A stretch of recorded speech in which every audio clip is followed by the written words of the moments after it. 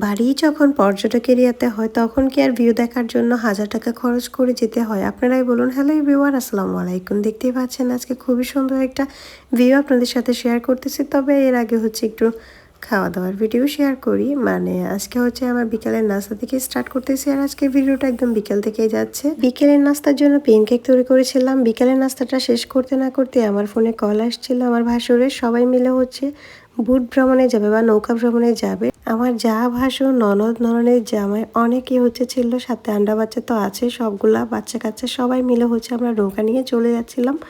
আর সবাই মিলে জাস্ট হচ্ছে নৌকার মধ্যে ভ্রমণ করতেছিলাম। এটা হচ্ছে মাতামুহুরী নদী। যারা কিনা হচ্ছে রিভার হিল কিংবা এটা দেখতে পাচ্ছেন কোয়েকপ্রাং ইকো রিসোর্ট, এগুলো হচ্ছে সবগুলো রিভার হিলে যাওয়ার পথে পড়ে। সাদা পাহাড় কিংবা যারা হচ্ছে মিরঝিরি পাড়া ওইদিকে গিয়েছেন তারা জানেন। এই ভাইরাল প্লেসটা হচ্ছে বান্দরবান জেলার লামা উপজেলার মাতামুহুরী নদী, যেখানে কিনা পর্যটকরা প্রায় আসেন এবং এখানে প্রতিদিনই হচ্ছে হাজার হাজার নৌকা বা বোট ভ্রমণে চলে যাচ্ছে এখানে বিভিন্ন পর্যটকরা। সাদা পাথর থেকে শুরু করে তারা মিরঝিরি পাড়া, তাছাড়া হচ্ছে এখানে অনেকগুলো ইকো রিসোর্ট আছে, ঝর্ণা আছে, এগুলো হচ্ছে এনজয় করতে বা উপভোগ করতে আসে যারা হচ্ছে মিরিঞ্জা কিংবা রিভার হিলে আসে আর কি। এই নদীর পাড়ে মানে আশেপাশে হচ্ছে অনেকগুলো রিসোর্টও আছে, ইকো রিসোর্ট বলতে পারেন। তো যাই হোক, এর মধ্যে হচ্ছে রিভার হিল একটা ইকো রিসোর্ট আছে, আর রিভার হিল রিসোর্টের মধ্যে এখানে আমরা উঠেছিলাম।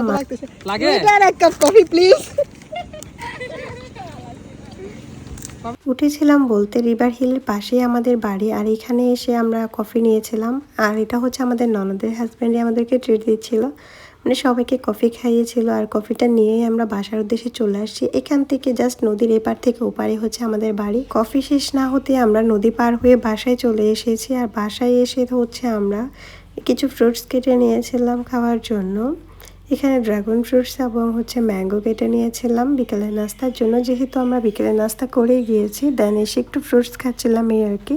যাই হোক, বিনা খরচে একটা ভিউ এনজয় করে এসে কিংবা একটা ট্যুর দিয়ে এসে আমি তো বিকালে হচ্ছে ফ্রুটসগুলো খেয়ে দেন আবার রাতের জন্য কিছু ভাজাভাজি করতে চলে গিয়েছি। ভাজাভাজি বলতে এখানে আমি চিকেন ভেজে নিয়েছিলাম আর কিছু ডালের বড়া বানিয়ে নিয়েছিলাম। আমার হচ্ছে খুব খেতে ইচ্ছে করছিল ডাল বড়াটা। আর ডাল বড়াটা আমি ডালটাকে আগে থেকে ভিজিয়ে না রেখে জাস্ট এখন ভিজিয়ে হচ্ছে বড়াগুলো তৈরি করছিলাম। যদিও রাতের জন্য আমার দুপুরে রান্না করা তরকারি রয়ে গিয়েছে, বাট আমি ওইগুলো দিয়ে খাচ্ছিলাম না, জাস্ট হচ্ছে শুকনো ভাত খাচ্ছিলাম।